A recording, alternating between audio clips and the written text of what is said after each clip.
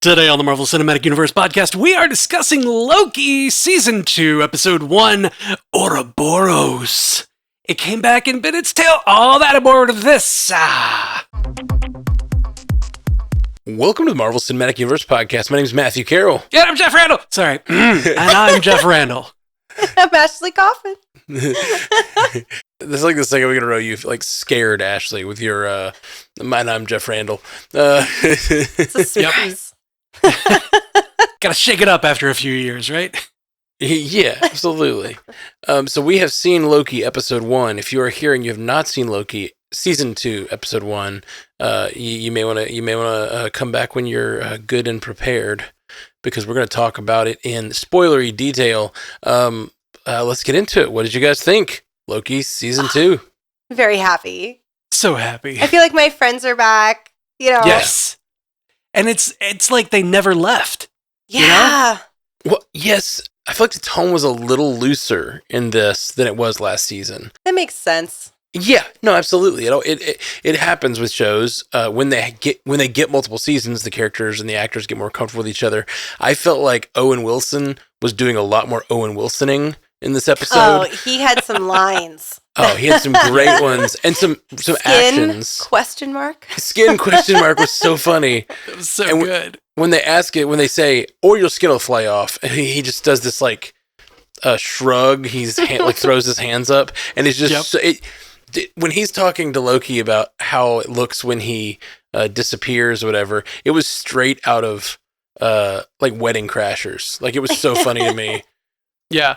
Oh my God. It's not that bad. It looks horrible. It looks horrible. It's the worst thing I've ever seen. It looks like you're being born and you're dying at the same time. But you said it's not that bad. It's okay. I can handle it. I can't handle it. And I love, oh my God, they did such a funny thing where they used the cutaway where they turned the camera toward the person that was in the elevator and how does it actually look? And she's just like, ooh. Yeah, gulp. The subtitles just said gulp. Yep, just gulp. It's so the good. Humor. It's like the right on time humor that I've been kind of missing. I'm very happy with it.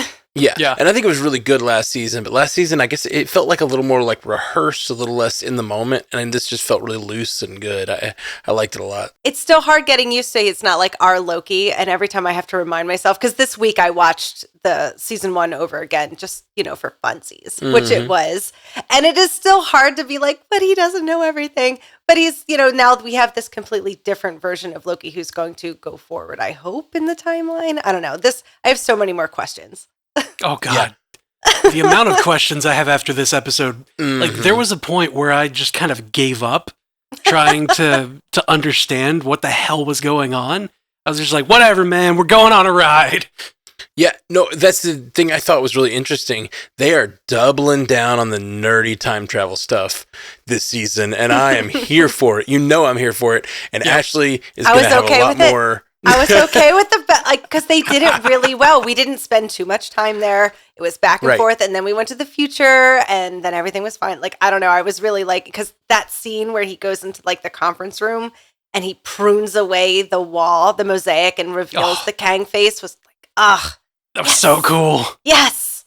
And the delivery of his lines there with this is the person who's, conquered the timelines, whatever it was that he said there. I felt terror because of the way that he was delivering those lines. Well, it makes sense for the trailer where why is he so scared of Kang? No. That was it. That was all it took. That little interaction. Remembering what happened in the Citadel. Yeah.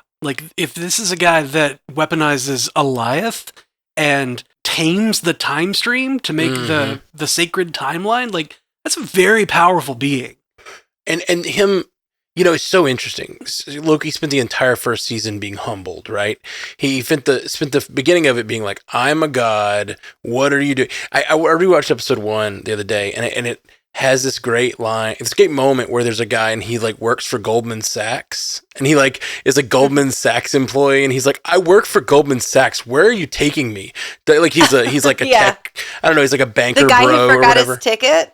Yeah, I don't. It's just really funny, and then it cuts to Loki, and that's who Loki is the whole first episode. He's like, "I'm the god of mischief. You guys will serve me, like I'm here." And then he gets humbled, and especially in the moment with the Infinity Stone, and then it continues to happen. But then the end of the season is like a whole nother level. Like he thinks he's kind of ascended past the TVA, like he's kind of got a handle on what's going on, and then he meets this guy who like knows everything he's going to do, and it's just the amount of power there of knowing everything, the amount of knowledge and power that's involved is just like completely terrifying to him in a way that it's not even the beginning of the season was, and the beginning of the season was him like seeing Infinity Stones as paperweights. You know what I mean? Like it's just such a big level of like terror in him.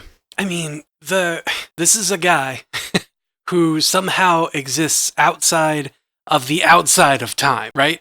Like the TVA exists outside of time. It happens differently there. But then beyond that is where He Who Remains is, right?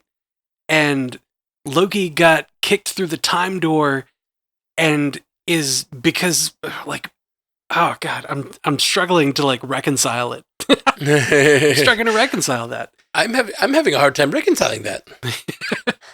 Like, it seems like because he was outside of time, got kicked through a time door into the wrong time, he's like blipping back and forth, and that's what the time slipping is about. But you're not supposed to be able to do that in the TVA. The TVA functions differently. That's what everybody keeps saying, but what if it was that He Who Remains made this technology, or Kang made this technology, and like put limiters on it to keep it from being able to function here? Well, and that's the question I had throughout this was like, all these things that people believe, like you can't do that in the TVA, is that a part of the lie they've been believing this whole time? Or is that something that has changed? You know what I mean? Like the fact that you can't time slip in the TVA, is that just like knowledge they have from, it seems like Ouroboros like understands the time stream in a way that no one else does. Like he built all this technology. He talks about how he like designed a bunch of this stuff. Like he seems really smart, and I love Ouroboros. You wrote the book. Yeah, I wrote that book. I wrote it myself. Ken was like, it reminds me of Forge. When are we going to get Forge? I was like, baby, he's an X-Men. We got to wait a little bit, but I get what you mean. Oh, that would be so cool. Yeah. I would love to see Ouroboros and Forge get together. Think about the things that could be made. I love that he was like, are you remembering now what he's saying? Like, is he talking to you now in the past, or are you just remembering it? Oh my gosh. No, the best line of that. This episode works on so many levels, because I think if you just don't want to pay attention to the time travel or the themes, it just works as like, Loki is distracted by the Sylvie of it all, and he doesn't really do what he needs to, but then his friend saves him anyway. Like, that's the overall arc. It's just like cool space, bright lights. You got to take the MacGuffin into the chamber and fix the thing, right? Like, it works on that level. But on another level, it's about freaking this crazy time travel elements that nobody really understands. And that line where he says that you were talking about, where he's like, are you understanding what I'm saying? And he's like, that makes sense. There's no flaw in that logic. It's such a great lantern hung, because there's so many flaws in that logic that is not a good version of time travel. Like, it doesn't really work. It couldn't work that way, because you now are... it's like, for some reason in this version of time travel, these two particular moments in time are connected in a way that when you speak here, you're remembering it here, but you didn't remember it all between. Like, it makes no sense at all, but I love that he's like, there's no flaw in that logic. Like, it's just so funny. So funny. And then the episode operates on a third level of this, like, what does it mean to have your faith destroyed? Yeah. Like, all of these people are like, we believe this thing, and now we see clear evidence that it's not happening. And some of them are ready to give it up. And we saw this last season too, but some of them are like wanting to double down. And when they run into that thing, and there's a bunch of them running to like prune something, and they're chasing Sylvie, and the guy, I think it's D90, says, I don't buy it. And it's like, are some of them going to be like acolytes of Kang, or like trying to hold on to what the TVA was? Are they going to try to continue the atrocities? Like the whole idea of them like contending with the idea that they did atrocities. Like they're sitting around the table going like, no, we've been doing this terrible thing and we have to stop. Yeah. And some of them don't want to believe it, and they want to keep doing them because they don't want to believe what they've been doing was bad. I don't know anything else. Right, yeah. Oh. Is it just that all of their minds have been wiped over and over again? Too many times. Is that what's happening? I don't know. I don't know. You can't have that happen too many times. Yeah, I think it's just all of them realizing that it's like Renslayer last season. They, Hunter, B-15, and Loki, and Mobius realized the flaw that the Timekeepers weren't real, and they decided to fight the system. And then there's characters like Renslayer who are like, oh, no, I'm going to find out who's really in power and still continue to serve him, you know? Mm-hmm. It's is there groups of TVA agents kind of falling down those lines? Or there's a creepy line the lady says where she's like, I can do anything. And it's this realization she's having, and that's the lady that we see later carrying through a bunch of soldiers or whatever, I think. No. It might be a different lady. The General Dox is the one that was going with the soldiers through the thing. Okay. She was a different judge. Okay. My thinking was that, like, and it could still be, that, like, though that lady's like, I can do anything. And then she comes up with some sort of plan that may not even be related to what they're doing. Like, she might just be like, okay, I can do anything. We could take a group of TVA agents and take over a timeline for ourselves. You know what I mean? Like, we could go, like... organize our own sacred timeline. We could become our own masters of time. Sky's the limit. Place, yeah. I don't know, man. I love it. Renslayer, though, I feel like, am I going to get my desire? Are you going to see their love? They were talking. So were you guys a little confused when it looked like Kang left a message for Loki? Yes. Yeah, that's what it felt like at first. It felt like he was just talking to him. Yeah, and then he rewound it, and I was like, oh, he's talking to my girl. He's talking to Ravonna. Which still I don't fully understand, like, when that happened. Like, did Ravonna go back and meet him at the beginning of the TVA, and, like, they set it up together? Don't know. Did Ravonna meet him somewhere along the way? I don't know. It's very interesting. Is the version that's talking to him her in that moment, is it He Who Remains, or is it the new? Because we all assumed when we saw the end of Loki, this is what like is kind of blowing my mind. It's totally different than we assumed at the end of Loki. We assumed that he goes back to the TVA, and now a version of Kang variant has taken over the TVA. That is not what happened. No, it's a totally new timeline. Right. Well, and it's a no. Well, it's like they just keep living past. Different lives, so he keeps like pruning whole society. He's like not pruning, but like erasing everyone's mind and being like, let's start again. Right, and he does different versions of the TVA. It seems like he's been rebooting the TVA over time, and the only reason Mobius knows Ouroboros is because he got off the elevator by mistake. Like this whole thing is it's weird. But the weird thing is like. It's the end of season 2, we see those timelines branching, and they're like, what do we do? And they're sitting there talking, and they're like, I guess we got to let it go. Like, they're saying something. But that's the past version of them, not the future version of them. Because when Loki runs in there to talk to them, and the things are splitting off, that's happening in the past. So it's happening throughout all time, even for the TVA, it seems. Okay. Yeah. I don't know. Like, it's crazy. Okay, yeah. Probably. So... I got some real Fifth Element vibes, though, when he jumped out that window. Yeah. When we say he's rebooting the TVA, like, is he wiping everyone's memories and then, like, reconstructing everything? Like, okay, well, this one with, like, Kang the Conqueror in charge, like, that didn't work. So let's do some timekeepers and put, like, little robots in place to be, like, you know, they'll be the ones that are... Was that the iteration that most recently happened? And is everybody just waiting around to get reset? We have no idea if when he traveled back, the 2 points of time where he's bouncing between, they didn't give us any context for when that was. That could be 2 years ago. It could be 2,000 years ago. Like, we just have no context for when. Oh, well, Casey says that crack's been on the floor as long as I've been here. As long as I can remember. Right. So we don't know if Casey... has had his... We've had that suspicion since season 1 that people are having their minds wiped. and that was confirmed this episode. But you're right. We don't know if it's like individuals over time or having their mind wiped, or it seems that Ouroboros has never had his mind wiped, or at least not since the 400 years ago. But he doesn't interact with anyone else, and maybe they keep his Nobody mind. ever comes to see him. Yeah, he's been alone for 400 years. Like maybe he is. He's kept whole because they need him to be able to work on everything. They need him to continue growing in knowledge. But all the other characters they're rebooting, and that's why they keep him sectioned off or whatever. But that's the weird thing, though. That's the strange thing. It's been 400 years, and time doesn't work like normal in there. Right. So, like, how long has it been, or does time actually pass there? That is the question, and it seems like it. It seems like it has to, in some way or another. Like, and we've been talking about this since the beginning of the show. Like, how does the TVA work? And I thought they were going to ignore that question. I love that we're like almost exclusively talking about it in this episode. Yeah. Like It's very season one, confusing. they just sort of like hand waved it away. And this season, they're like, let's have whole episodes where we're just going to talk about how time works in the TVA, and like. And then it's still not going to make sense. It's still not going to make sense, but we're going to claim it does. Like, we're going to pick the smartest The loom. character. Yeah.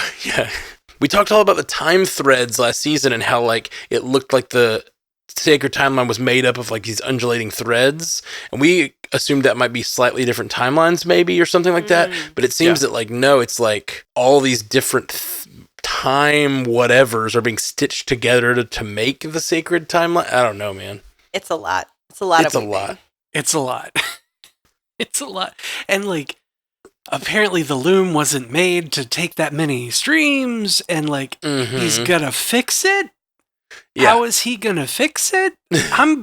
I am so confused. Well, he's not going to fix it. He just said he had to close the blast doors to protect the TVA. So he can't fix it. The TVA can't control it. He said he's going to close the blast doors to protect the TVA until he can figure out how to like function in this new paradigm or whatever. And he was going to get really old and his skin was going to fall off. Like, I'm not doing that. No, thank you. I love when Mobius is carrying it. He's just like, OB, this piece right here just fell off. Is that okay? My mask is cracked. Keeps going. Duct tape. Oh, yeah, the duct tape. Slap a duct tape on us. Wow. You're good. And then when he's like, you're going to see someone hoof it like it's never been hoofed before. And he's like, cool. Okay. Just walks away. Another hilarious moment to me that was very Owen Wilson was the like, don't worry, man. Renslayer kicked me down some stairs too. Yeah. Like, it's so funny. She kicked me through a portal.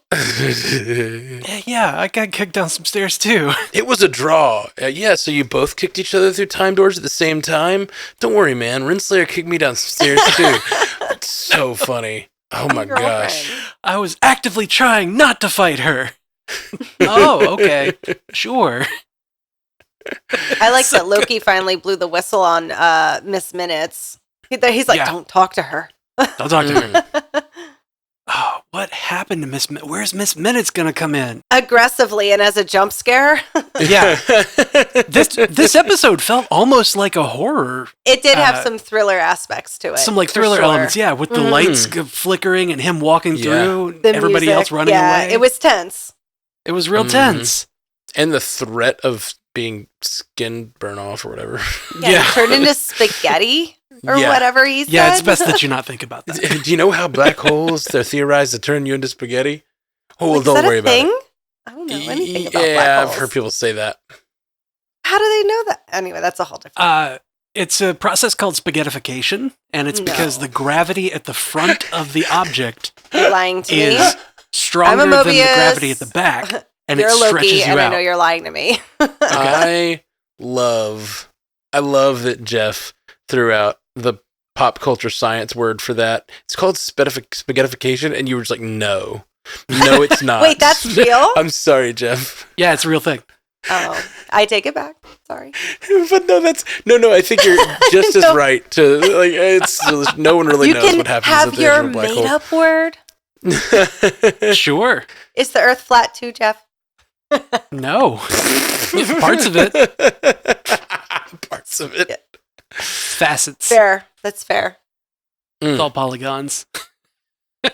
I just keep thinking about the like way that everyone at the table took the timekeeper revelations differently and how that's going to lead to the conflict of the season. It really seems like there's going to be like multiple factions of the TVA, which we talked about on a previous episode, how that could be a possibility, but this is not how I was expecting it to go down. We were talking about different timelines and stuff, like fighting each other, different versions of the TVA, but it seems like there are people within the TVA that are going to continue the fight for some sort of order, to keep doing what they're doing because it's important to them, because it's what they only thing they know. You know what I mean? Well, I think that might be the factions, though, because there were at least 3-4 people at that war room table, and they all seem to be reacting differently and have their own kind of little contingent within that. I mean, there was the creepy like head boop between the general lady and X5. Like, are they mother-son? Like, what kind of weird relationship? Like, B-15 looked at it like the whole time. Aww. That's me in a conference. I'm like, yeah. Just let me know when this is all over. Right. Well, that sleeping guy was weird. That was what was going on there? What is happening there? No, but one of them says the timekeepers were fake, but their warnings were real, as if they're going to continue to just buy into whatever the timekeepers have been saying, even though they realize it's all lies. It's just really interesting, and I can't help but see it through like the lens of like sort of, I mean, it literally like religious trauma and like sort of unraveling faith and like trying to understand what the world's like without what you've believed your whole life. Like, that's just really interesting to me. I love this stuff. Yeah. So, what do you think about the new McDonald's order eating like Sylvie? I mean, she's going to order all that, but she's only going to be able to eat maybe a burger and like 4 nuggets. It's going to be a lot of waste. And she's not going to feel great later. I want to try everything. I get it, though. Get me the McFrosty. I want the cake, the apple pie. I'm sorry, the ice cream machine's broken. So it was what? Oklahoma? She was in Broxton, Oklahoma! Yeah, which is where New Asgard is in some versions, right? In the comics, yeah, that's where New Asgard is. That's a lot of fun. Yep. Yeah, which it makes me wonder if she's going to like set up a New Asgard in that town. Ooh. I think she's just in it for Sylvie. She's like, my name is Stephanie, and I work at McDonald's now. I love that. It reminds me of Mobius and his like fascination with jet skis. Like, personal watercraft. It's a personal watercraft. I just love the idea that he's like, that she sees this world and she just sees freedom. Like, she doesn't even care about the galactic war and like multiverse war. She's just like, oh man, I did it. I'm free. Yeah. I freed the timeline. Now I can go experience life. Yeah, and even though I'm going to just work at an 80s McDonald's, like, which was weird to see because I remember those, like, 80s McDonald's. Yeah. But she says, I want to try everything. Like, I love that. I love it, like, so much. Why would you pick 1982 as, like, why is that the time? It's the 80s, anywhere between 82 and 87, lots of fun. Great music. Pretty solid movies. 84 was probably the best. Court OB in the chat says, the people here aren't screaming in terror. Yeah. That's true. She's only lived in apocalypses her whole like existence. So you just found love though with yourself, and she just let that slip away. I wouldn't let him slip away for anything. Did she? I guess she kicked him. They always come back. I know. She kicked him to a place where he can go and get more equipment to do exactly that thing again. So like, or a Borealis or whatever. Yeah. The snake that eats its own ass, as I called it last night. When we were all talking about Ahsoka, I brought up that's why when the episode when I went, we just went way into this in Ahsoka. Starting with funny. That thing, that snake that eats its own ass, it's like forever time or whatever. Ouroboros. The Borealis, right? Like the Aurora Borealis, exactly. Why was the temporal loom inside of Cerebro? That's the only thing that I was curious about. That is such a good question. Temporal loom made me think of temporal lobe, just as which that you touch when you use your brain power. Yeah. I was like, they're not making it that simple, right? The Charles Xavier to the Cerebro. Yeah. Just bring Charles Xavier in that way. It'd be really weird. He's just like hanging out in the temporal loom. Hi. I've been expecting you. He does that. He takes his old self and talks to his young self. He'd be into this. Yeah. Wibbly wobbly, timey wimey things happen in X-Men all the time. Yeah, they do. I mean, Bishop, Cable, the Summers family, like all of them. All of them. Mm-hmm. Man, I really like the lines about when Loki is talking about Sylvie and how she made the different choice than he made, and he's like, well, but what if he's right? How can she be so certain? And it's just like really interesting to me because like, I don't know. It's just this. I keep going back to this, but it's that idea that all these other people are deciding to maybe continue to believe. Renslayer is deciding she's going to continue to serve whoever's behind it and continue to do what that's. These other people at the council seem to have some form of that's going on, and then even Loki gets to the end of time, and Sylvie decides not to believe this guy. He's been lying to her whole life. She's not going to believe him. She's going to kill him. And then Loki still decides to believe this guy at the end of time. And it's just really interesting who's deciding to believe what and who's deciding to give up what. I kind of believe beliefs. Him, right? He wasn't lying. We don't know what he was lying about. Well, we kind of know because the next Avengers movie is called Kang Dynasty. Come on. We know. I do think that he's telling the truth mostly, but I understand where Sylvie would not believe him because she's been lied to by this person her entire life. Mm-hmm. And I also think as I've said over and over, I think he's a bit of a flawed narrator because I think he's telling a story that through his perspective about how terrible the other Kangs are, but he's the one who killed them all and ended the multiversal war by destroying all the timelines. So like, you got to do what you got to do. That's also what makes Loki so freaking scared of him though, is, knowing how bad they all are and like this is the guy that did it. Yeah, exactly. Yeah. What was the deal with the phone call, do you think? I have no idea. Who pruned him? Who pruned him? Mm-hmm. Who was calling? What were they going to say? And then how Sylvie in the hell there. Did Sylvie get into that elevator and like she was, oh, there you are. She had bangs at that point. We've been introduced to all these characters, and the only person we've seen time traveling, we've seen multiple versions of multiple characters, and most of them we've kind of understood why they're where they are. Like the TVA agents, Loki met multiple of them in different times. Loki, of course, is jumping between times, but Sylvie, we have no idea why she's existing at a McDonald's in Broxton, Oklahoma, but also existing in an elevator at the TVA where she's climbing out. Like it doesn't really we have no idea what's up with Sylvie, and someone pruned Loki from behind. He's bad about getting pruned from behind. They pruned him from behind at the exact moment he needed to be pruned. Yep. To travel into. So whoever was did it, another him? Right? Is it him from another time travel coming back to prune himself to make sure he is existing? Yes. Actually, that makes the most sense. Mm-hmm. Because he has to link up with Sylvie. Right? At some point, he knows that he has to be pruned.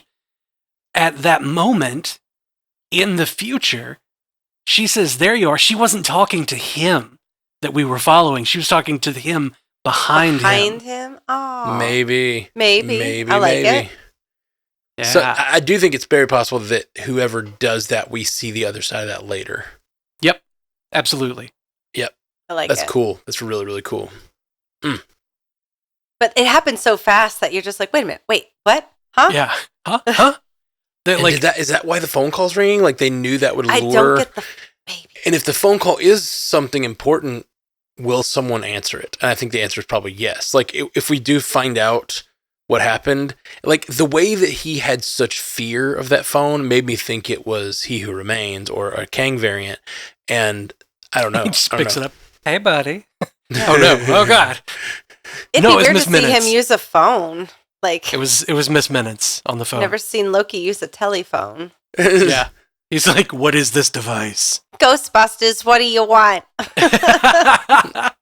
He picks it up and she's like, "Hey, y'all!" I don't like her.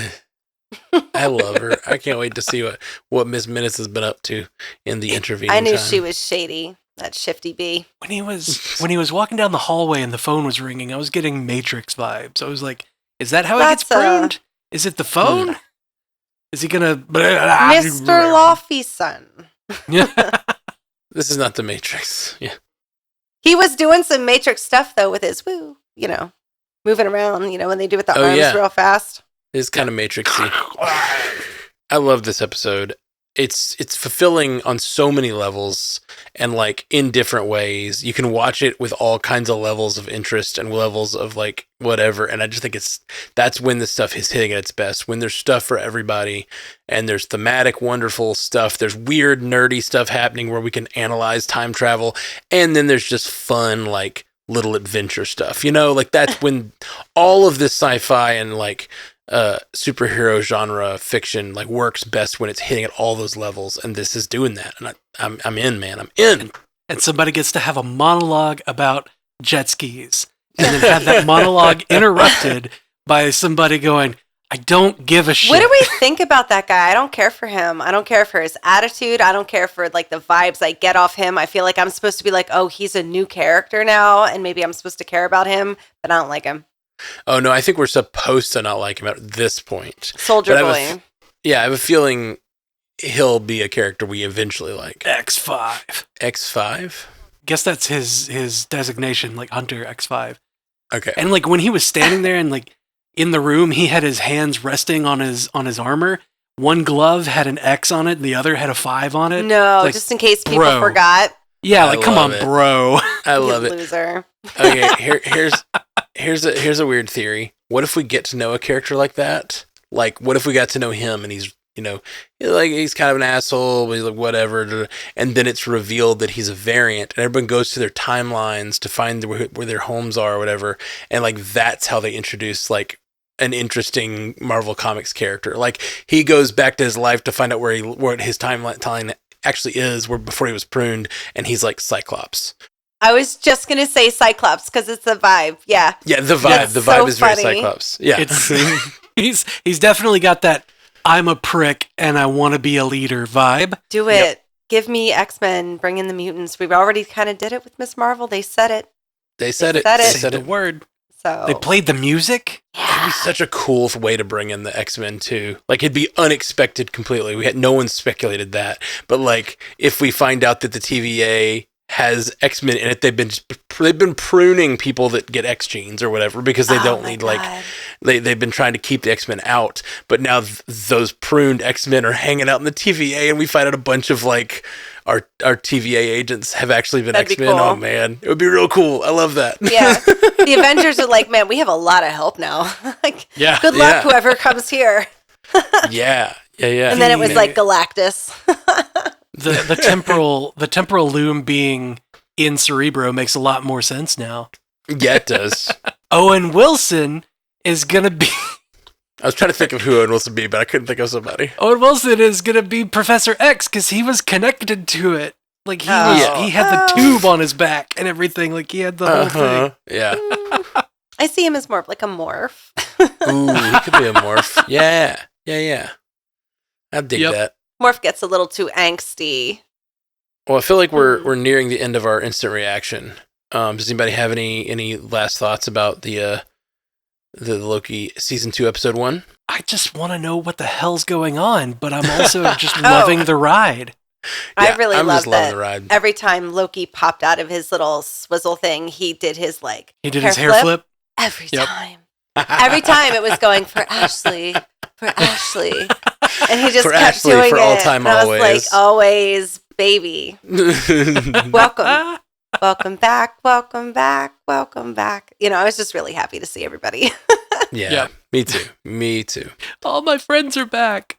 I've been waiting right here. Mm-hmm. And I hate to do that because I do hate to be like, oh no, it's our original. Like, it's one of our beginning people, and we just like cling to every piece of content that has like our originals. But like Secret Invasion kind of, allegedly did some people dirty. But I don't think this one's going to. Allegedly. That's the rumor. Like trying to get out of the like. out of getting people I'm mad done at with you. it. I say, it's allegedly. Some have said that they didn't like it. I say nothing. I say nothing at all. Not me. Oh man. Okay. Waterfall Angel says red string theory. OB is the equivalent of Iron Lad. Ooh. Ooh. I don't know. We got a lot of people who are like good in the shop when it comes to Marvel, like techie people. Mm-hmm. I don't know. Yeah. Does OB? Are there any other Marvel characters that are like OB? Like, is that anybody? Like, it'd be interesting. Aurora Borealis. Well, he's a character, right? Is it? Is there another actual character? I think he's an actual Marvel character called that. Does he eat his own ass? That's never mind. That didn't come out right. Yeah. I meant like a snake, but then it sounded different. Yep. That's what it sounded like when Ashley said it too. Earlier, it didn't hit my ears that way. When I said it, it hit my ears that way. Yeah. Uh-huh. Vermilion1. Hey, Vermilion1's in the chat. Good to see you again, bud. Perhaps OB helps give birth to another character. Birth? Oh, not because that way. He eats his own tail. That actually is a very good call, Vermilion1. I think that it is very likely that we will end OB's story with a grandfather paradox. Now that you say that. Like, oh no. I don't know about birthing another character, but like he's going to do something that causes him to exist. Or like, you know what I mean? Like he's going to eat his own tail, as it were. And there'll be no flaw in that logic. Yep. Waterfall Angel said something that crossed my mind while you were saying that was, what if it's a Kang variant? Just like they're all variants. Yeah, that's the Iron Lad thing. Oh, because I know he's like the younger Kang variant. Yeah. So like, it's totally possible. I thought that as soon as I saw that weird douchebag X5, I was like, Kang. It's Kang. Don't trust him. Yep. All right. Well, that looks like all the things we had. One person say something up here in the chat that tagged us. I just like to say I'm wearing my Loki ring that Jess Kamai got me. Girl, I've been wearing it all day. Thank you. Representing. It's beautiful. It's beautiful. Marvel Fan 62 says, felt a bit fast, but I'm excited for more. It's 45 minutes. Yeah, it seemed substantial. And there apparently, we covered it on Multiverse News this week, early critics came out and said it had mostly very positive things to say, but they confirmed that every episode is over 40 minutes. That is good to know. Yes, it really is. For timing wise. I'm wondering if they mean 40 minutes of actual content, though, or if they mean like 40 minutes. 'Cause sometimes they say like, it's 40 minutes, and then one will be like 32 minutes, and it'll be like 3 minutes of normal credits, and then a bunch of, international credits at the end. Yeah, it's like 7 minutes of credits, plus the intro, plus the last week on. So I would like every episode to actually be 40 minutes, like the episode. Because I could watch this show forever. I'm excited. Forever. For all time, always, baby. And I guess that's all I got to say. You got, if you haven't been joining us here on the MCU cast lately, the Strand Panda has a new show that I really want to pump up. We've been making Multiverse News every week.